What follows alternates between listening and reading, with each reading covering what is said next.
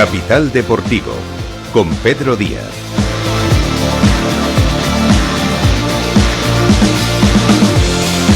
¿Qué tal? Buenas noches, bienvenidos una semana más a Capital Deportivo, el programa de radio sobre industria del deporte. Esta semana vamos a hablar, como siempre, de deporte, pero también de inversión. Y es que es una industria, la del deporte, en crecimiento, un sector que actualmente representa más de un 3% del PIB en España, cuando en los países de nuestro entorno se queda alrededor del 1,5 o 2% del PIB, y en el que cada vez más personas relacionadas con el mundo de la empresa se interesan.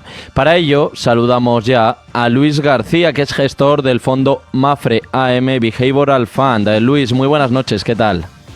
Hola, estar aquí contigo. Felicidades por cogiendo varios episodios, varios capítulos, y me parece muy interesante y muy necesario. Así que enhorabuena. ¿Qué tal? Bueno, lo primero de todo, cuéntanos cómo surge el fondo, cuál es el origen del fondo, un poco sus motivaciones y el segmento que cubre, que es cierto que es parte de deporte, pero bueno, también otro tipo de compañías. Exacto. Bueno, de hecho es un fondo generalista, es decir, podría invertir en cualquier sector, en cualquier industria. Digamos que esa concentración en empresas relacionadas con el sector del deporte es decisión propia. El fondo parte de una política de inversión que es fundamentalmente que tenemos que asignar recursos a la bolsa europea. Mínimo el 75% de las acciones en las que invertimos tienen que ser acciones de compañías cotizadas en bolsas europeas, y podemos tener algo más en otros países. Fundamentalmente tenemos alguna compañía que cotiza en Estados Unidos o en Canadá, pero es un fondo, generalista, con una restricción, pero mínima, obviamente, de sectores en los que también por el sitio en donde estamos, en Mapfre, pues no podemos, no debemos invertir en determinados sectores, pero son bastante comunes en casi todas las instituciones financieras. Y a partir de ahí, hace unos años decidimos invertir una parte importante de la cartera en el sector deporte. Es un fondo que se llama Mapfre AM Behavioral Fund, y precisamente lo que responde es a ese Behavioral Economics, Behavioral Finance, que es la intersección entre la economía y la psicología, las finanzas y la psicología. Y lo que tratamos es de entender cómo actúa el mercado, cómo actuamos los inversores, para, por un lado, intentar detectar oportunidades de inversión interesantes por ineficiencias que hay en el mercado debido a las emociones, y dos, controlarlas nuestras propias para tratar de no caer en esos errores. Bueno, un fondo lo que no deja de ser es, en cierto modo, una definición de su gestor, ¿no? ¿Por qué Luis García tiene relación con el deporte? ¿Cuál es esa conexión? Bueno, yo la he tenido siempre como aficionado, me gusta mucho el deporte. Lo que no esperaba nunca, porque es un sector que tradicionalmente, y de hecho todavía en Europa no está en muchas carteras de inversores institucionales, no esperaba tener esa conexión desde el lado de la inversión. De hecho, hay a modo de comentario más relajado, pero que es cierto. Es verdad que para ese tipo de inversiones tengo que dejar totalmente aparte el lado de la pasión y el aficionado, lo que contaba antes, manejar bien las emociones y tratar de tomar decisiones desde la racionalidad, que es lo que al final se trata este mundo de la inversión, de tratar de mantenerse racional el mayor tiempo posible. ¿Cómo se hace eso en un asunto tan visceral, tan emocional como es el deporte? Pues mira, es una muy buena pregunta, y precisamente yo digo que el fondo, que se basa, como decía antes, en herramientas de la psicología aplicadas a la economía y a las finanzas, donde más tiene sentido es probablemente en el deporte, en esa aplicación al mundo del deporte. El hecho de que normalmente para los seres humanos sea difícil mantenernos racionales en un mundo como el de la inversión y en unas decisiones que tienen que ver con nuestro dinero, que son muy emocionales, es precisamente el ruido que hay alrededor, ¿no? En la bolsa ya habitualmente hay mucho ruido, porque uno de 9 de la mañana a 5:30 o así menos 25 puede ver los precios fluctuar, y obviamente eso aporta información que a veces ayuda y a veces no, a veces perjudica. Pero es que además en el mundo del deporte ese ruido se amplifica y es mucho mayor, con lo cual esas técnicas para, digamos, controlar nuestro proceso de inversión y esa filosofía general del fondo inicialmente no estaba pensada para invertir en deporte como tal, pero pasados los años y visto el punto en el que está el sector del deporte, que tú decías, no recuerdo el término que utilizabas, pero venías a decir que está cambiando, está creciendo. yo añadiría que casi están haciendo el deporte como sector, pues lo hacen un encaje casi mejor imposible, o es el sector donde, digamos, más claramente aplicamos este tipo de metodología. La cuestión en torno al deporte siempre ha sido la rentabilidad. Bueno, hablamos siempre de que es complicado rentabilizar el deporte, quitando quizá fútbol o los grandes torneos de baloncesto, tenis. Es muy complicado hacer de eso algo rentable. ¿Qué rentabilidades se manejan o en la comparativa con otro tipo de sectores? Sí, eso es un buen punto y es algo que sorprende mucho, ¿no? Nosotros invertimos dentro del deporte en distintos segmentos, desde clubes de fútbol, como tú has dicho, a marcas que tienen que ver con el deporte, a equipación o equipamiento, mejor dicho, de gimnasios, muchos segmentos. Pero es verdad que, por ejemplo, los dos clubes de fútbol en los que invertimos, Borussia de Dortmund y Ajax de Ámsterdam, pagan dividendos a sus accionistas, remuneran a sus accionistas con dividendos. El de Borussia Dortmund, de hecho, se pagó hace muy poco. Ambos lo interrumpieron durante la pandemia, pero lo han retomado. Y es algo que siempre cuento porque llama bastante la atención y a la gente no le entra de primeras en la cabeza que clubes de fútbol paguen dividendos y remuneren de esa manera a sus inversores. Pero es verdad que estamos en una época de mucho cambio. En el año 2011, el sector del fútbol europeo en su conjunto, según estadísticas de la UEFA, perdía cerca de 1.700 millones de euros en agregado. Y desde entonces entraron en vigor las normas de control financiero, que se han ido mejorando, que todavía están lejos de ser perfectas, pero pasamos de esa situación de pérdida de 1.700 millones anuales a unos años 2017, 2018, previos a la pandemia, en el que el fútbol europeo en su conjunto estaba en beneficios a nivel agregado, que es algo bastante sorprendente. ¿Dónde tiene el potencial, ya si que has centrado el tiro ahora en el fútbol, dónde tiene el potencial el fútbol? ¿Hasta dónde puede crecer? Porque hay mucha crítica en torno a lo que comentabas de los límites salariales, pero realmente es la clave para generar el beneficio y ya empiezan los debates de necesitamos menos partidos. Pero claro, al final la bola de nieve se hace cada vez más grande y si no hay partidos, los jugadores no pueden tener esos salarios y toda la industria pues depende un poco de lo que se genere. Exacto, es un buen punto y perdóname que doy un paso atrás para intentar explicarlo con un poco más de profundidad. Siempre digo que a la hora de analizar un club de fútbol yo me fijo o lo disecciono en tres tipos de negocio diferentes. Hay una parte del club de fútbol, de los ingresos y de los gastos que tienen que ver o se asemejan mucho a un negocio de generación de contenidos, como podría ser Netflix o Disney. Hay una segunda parte que tiene más que ver con el tema, llamémoslo inmobiliario, de infraestructura, que es la gestión del estadio, que está tan de moda, con el Santiago Bernabéu o con el Camp Nou, pero que fue lo que nos llevó a invertir por primera vez en el Olympique de Lyon en el año 2016. La inversión tenía mucho que ver con la utilización del estadio y los ingresos que se podían generar de esa optimización del uso de la infraestructura. Y hay una tercera pata de negocio que tiene que ver con el mercado de traspasos.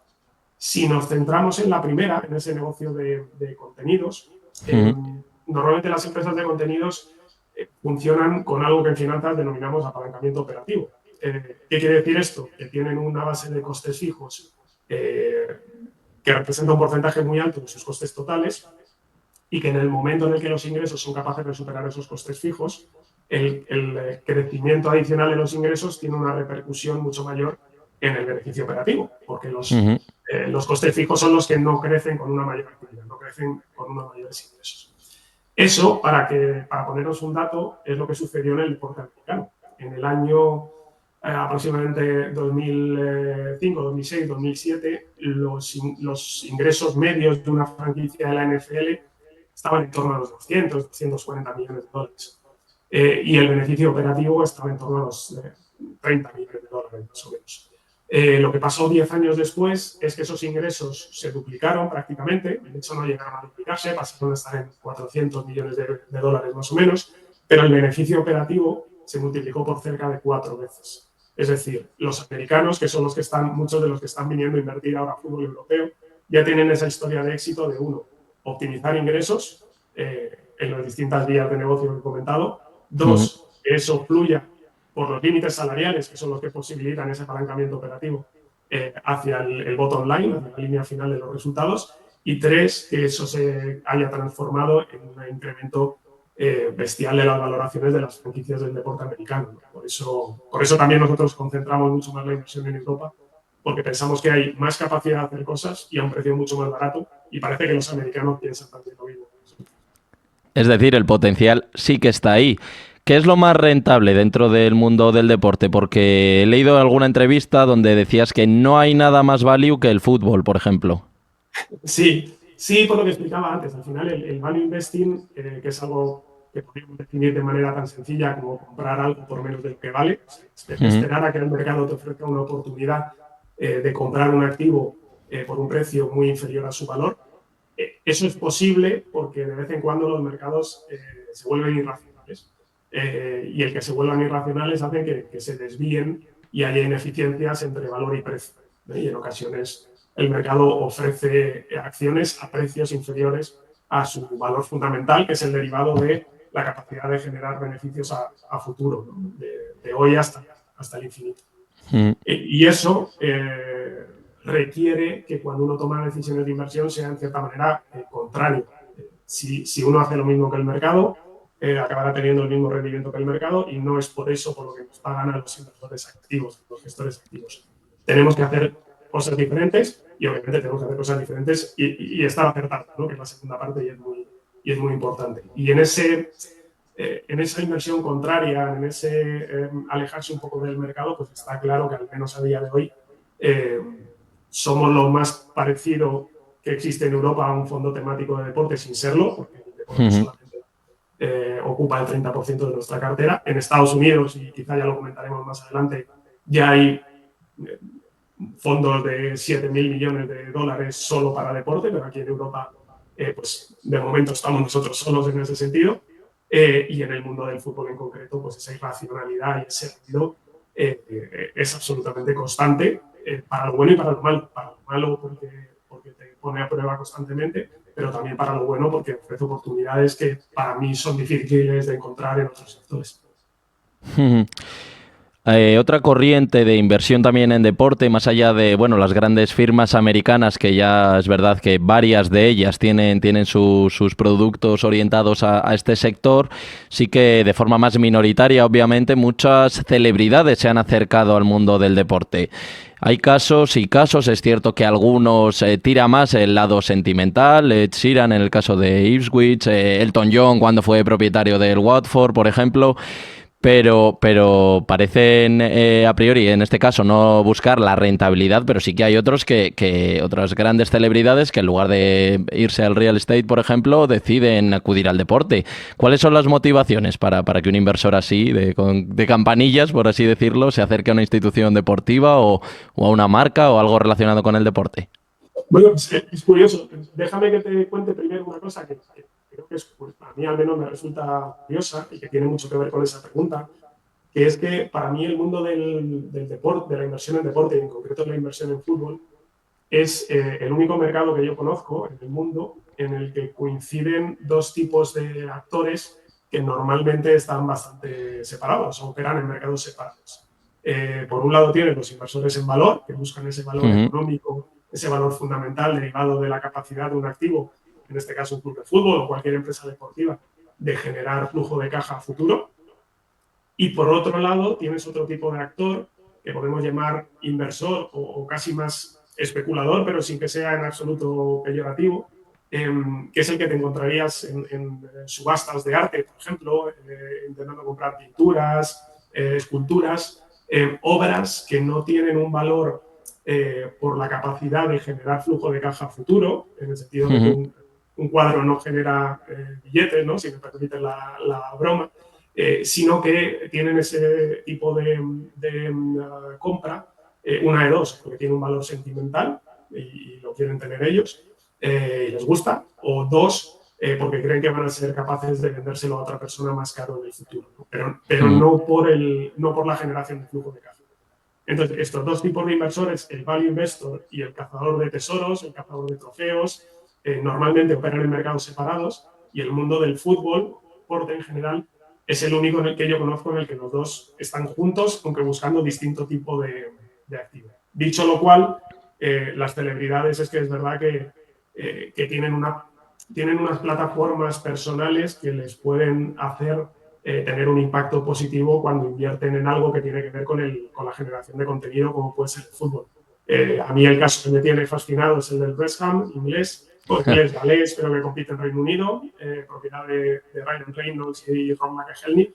A mis alumnos siempre les digo que vean el documental en Disney, de Disney Plus, de Bienvenidos al West Ham FC, porque me parece una historia muy interesante de cómo cambiar la manera de invertir y cómo se han focalizado en un club, en una categoría baja, en la que su plataforma personal les ha ayudado a generar muchos más ingresos. Y este verano lo hemos visto, recuerdo estando de vacaciones, en 2 semanas prácticamente, saltó la noticia de Ed Sheeran, saltó la noticia de Drake y el Venezia, saltó la noticia de Mbappé y el Caen.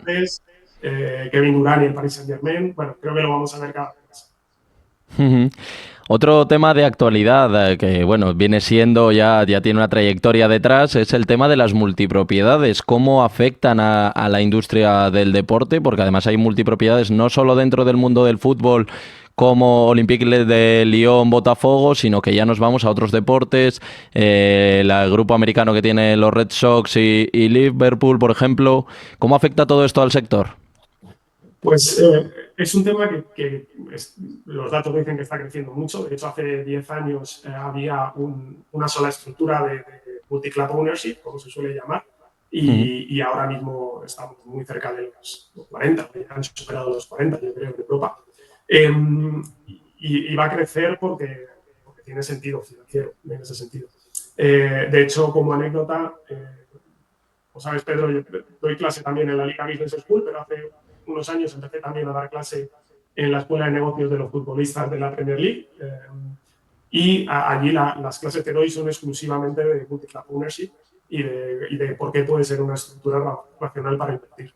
Y la respuesta es básicamente, uno, que añade diversificación, es decir, como en cualquier otro tipo de inversión, diversifico mis riesgos si en vez de invertir en un solo club y estar un poco sujeto a los resultados deportivos, puedo invertir en más de uno, obviamente con las limitaciones de que tienen que ser distintos países o limitaciones de porcentaje, etcétera, etcétera. No pueden coincidir en competiciones.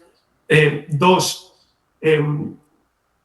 tengo no más posibilidades, sino más probabilidades, más oportunidades de que una de las inversiones sea exitosa. Pongamos el caso de una inversión en un modelo de multi-club ownership en segunda división.